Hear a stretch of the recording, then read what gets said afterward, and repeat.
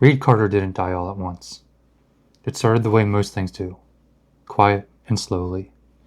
He had taken a short contract, clearing brush and loose stonework behind a rural family vineyard in southern Spain. The earth there was soft, but it had a strange gray color to it, and easy to dig into. Beneath the second wall, he uncovered something unexpected. A depression, shallow and circular. And just beneath that pale earth, a black pine box, rotting, decaying, waiting. The soil in the area smelled of lime and rust. He mentioned it in passing the next day to the landowners. Ground's strange out there. The kind that make you sink when you walk on it. No one paid much mind to his comment. But by day 3, something had shifted in him. He asked someone to help unload his wheelbarrow, said his hips were giving out early. That night, he sat in his truck longer than usual, leaning forward, breathing carefully, hands on his knees like they weren't quite holding him up anymore. By the next morning, his posture had changed, not in a dramatic way, just enough that his shoulders no longer looked squared when he stood. His belt rode higher, his sleeves looked too long. He didn't complain. He just moved slower, more carefully. Feel like I'm leaking out of myself. Like there's less inside me than there used to be. No one saw him the day after that. When they found him, he was seated at the base of a retaining wall, legs curled toward his chest, one arm pulled tightly inward, the other trailing behind him like it had been left behind. His head leaned forward against his collarbone, unmoving. They thought he was asleep, but his eyes were wide open.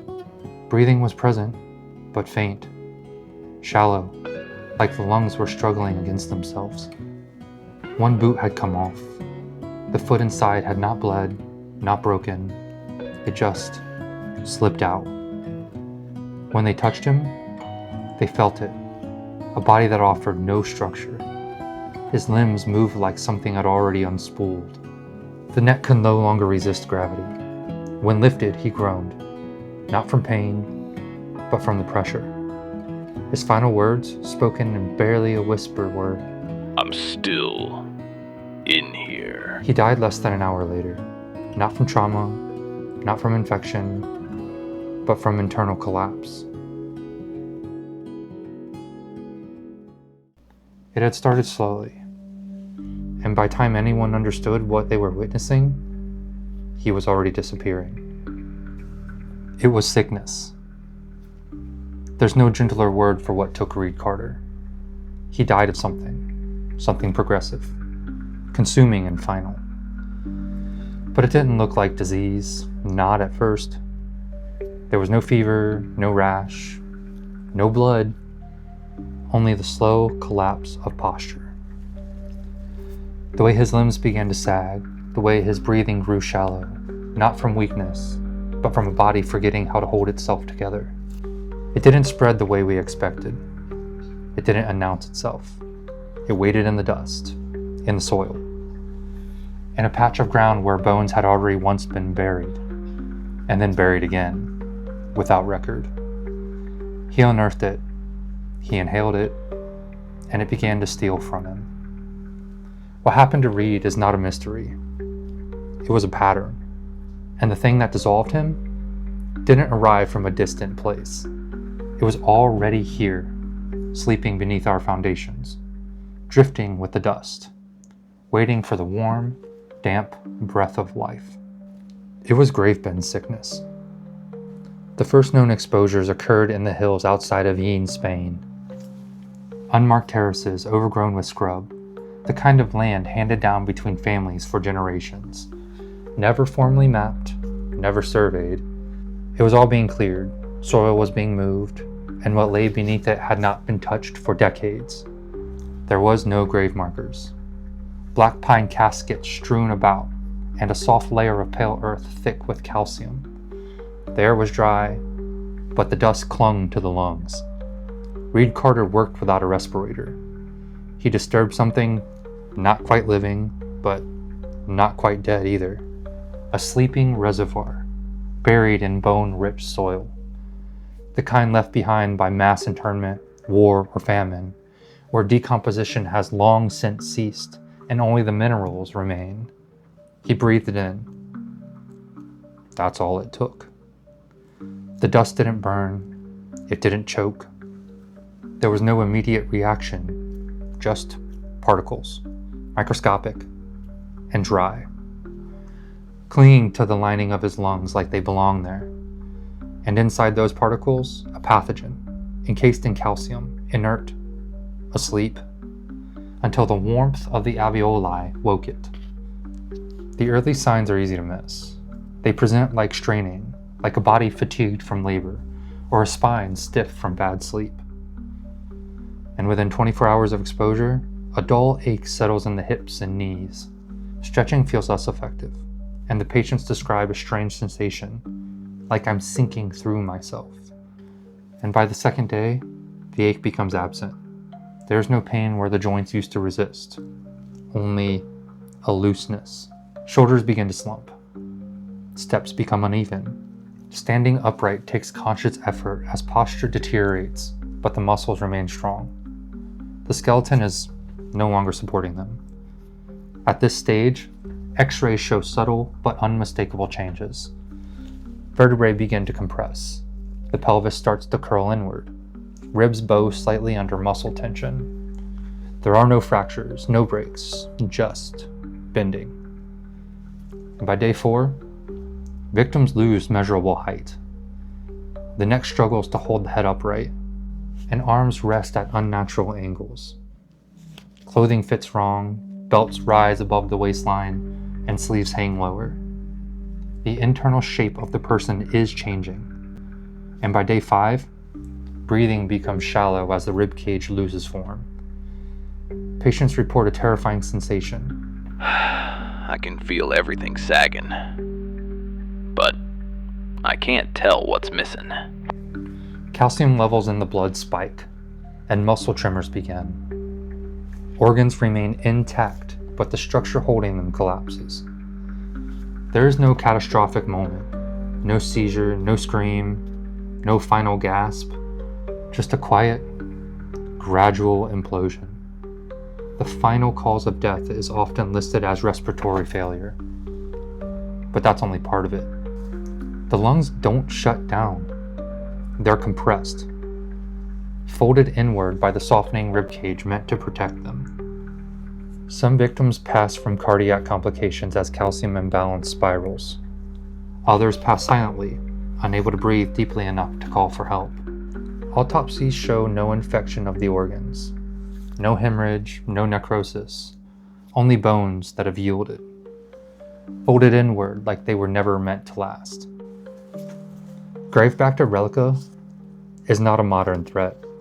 It didn't emerge from industry, mutation, or a laboratory accident.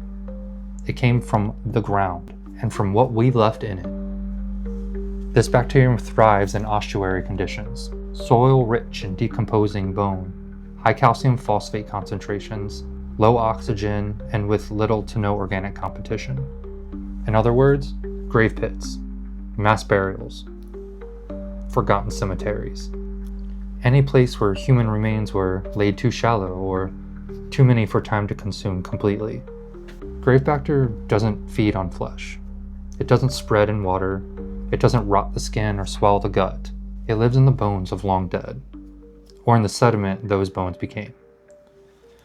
There it survives in a dormant state for decades, maybe even centuries, crystallized within calcium particulates indistinguishable from dust. And it waits. Only when the soil is disturbed by excavation, erosion, construction, curiosity, do these mineral-bound fragments become airborne. They're too small to see, too dry to notice, and once inhaled, they pass through the body's defenses without alarm. It doesn't act in the throat. It doesn't linger in the lungs.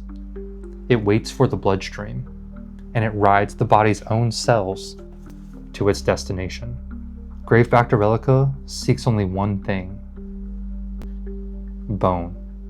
Gravebacter is a gram-variable bacillus with no known surface motility, no biofluorescence, and no virulence factors commonly associated with human infections. It doesn't need them. Its survival strategy is not to multiply quickly or to spread easily. It's to be forgotten, to lie still in calcium-rich sediment until inhaled, to travel quietly through the blood inside human immune cells, to reach a single destination, the inner skeleton. And once it settles in bone marrow cavities, Gravebacter doesn't attack cells directly. Instead, it forms thin, slow-growing biofilms along the inner trabecular surfaces, the delicate sponge-like network inside the bones. And from these microscopic footholds, it secretes a complex mix of osteolytic enzymes, primarily acid phosphatases and calcium-binding proteins that mimic the natural signals of bone remodeling. To the host body, it looks like nothing more than an overreactive osteoclast. The immune system doesn't respond. There was no inflammation, no fever, but hydroxyapatite, the mineral scaffolding that gives bones their rigidity, it begins to dissolve. Not rapidly, not violently, but steadily. The cortical bone thins, trabeculae weaken and buckle, calcium floods into the bloodstream, and soft tissue remains untouched. Muscles stay intact, organs still function, but with nothing to anchor them. Inhalation is the only known route of infection. The bacteria arrives inside calcium-rich dust, microscopic, dry, and inhaled deep into the alveoli. There, the outer calcium shell dissolves in moisture. But instead of triggering an immune attack, Gravebacter relica is engulfed by alveolar macrophages. Those are the body's cleanup crew. And that is by evolutionary design. These immune cells, unaware of what they've captured, carry the bacterium into systemic circulation. In the bloodstream, Gravebacter expresses a surface protein that binds preferentially to osteonectin, collagen type 1, and trace elements found only within the internal bone matrix. And once the hijacked cells reach marrow-rich tissue, particularly in the spine, pelvis, and ribs, the pathogen exits and colonizes the endosteum, which is the delicate membrane lining the interior of the bone.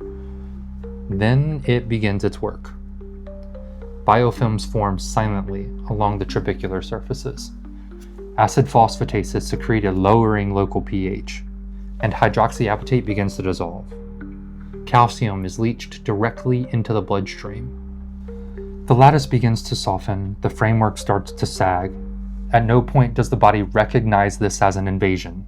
There is no immune flare, no fever spike, only a subtle shift in posture. The soft slide of joints, the quiet weight of collapse. Muscles pull against bone that no longer hold. Ligaments detach without rupture.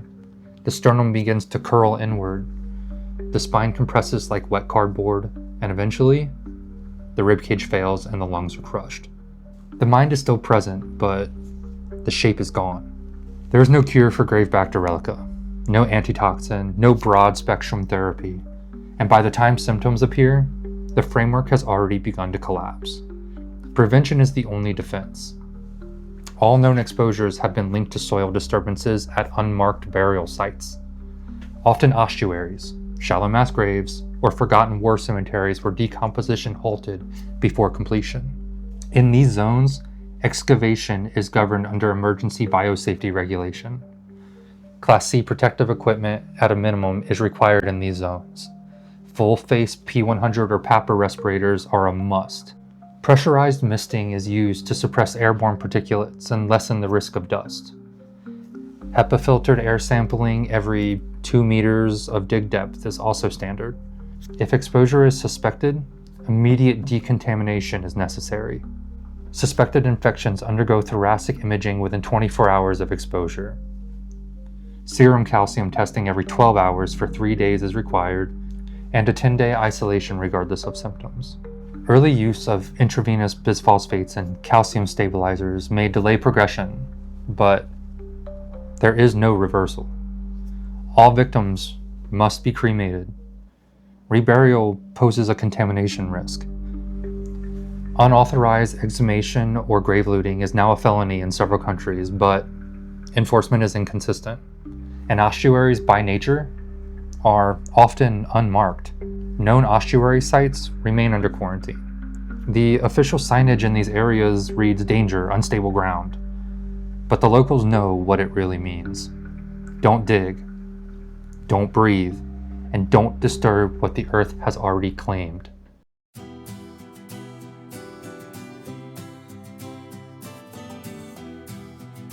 My bones didn't break. They gave up.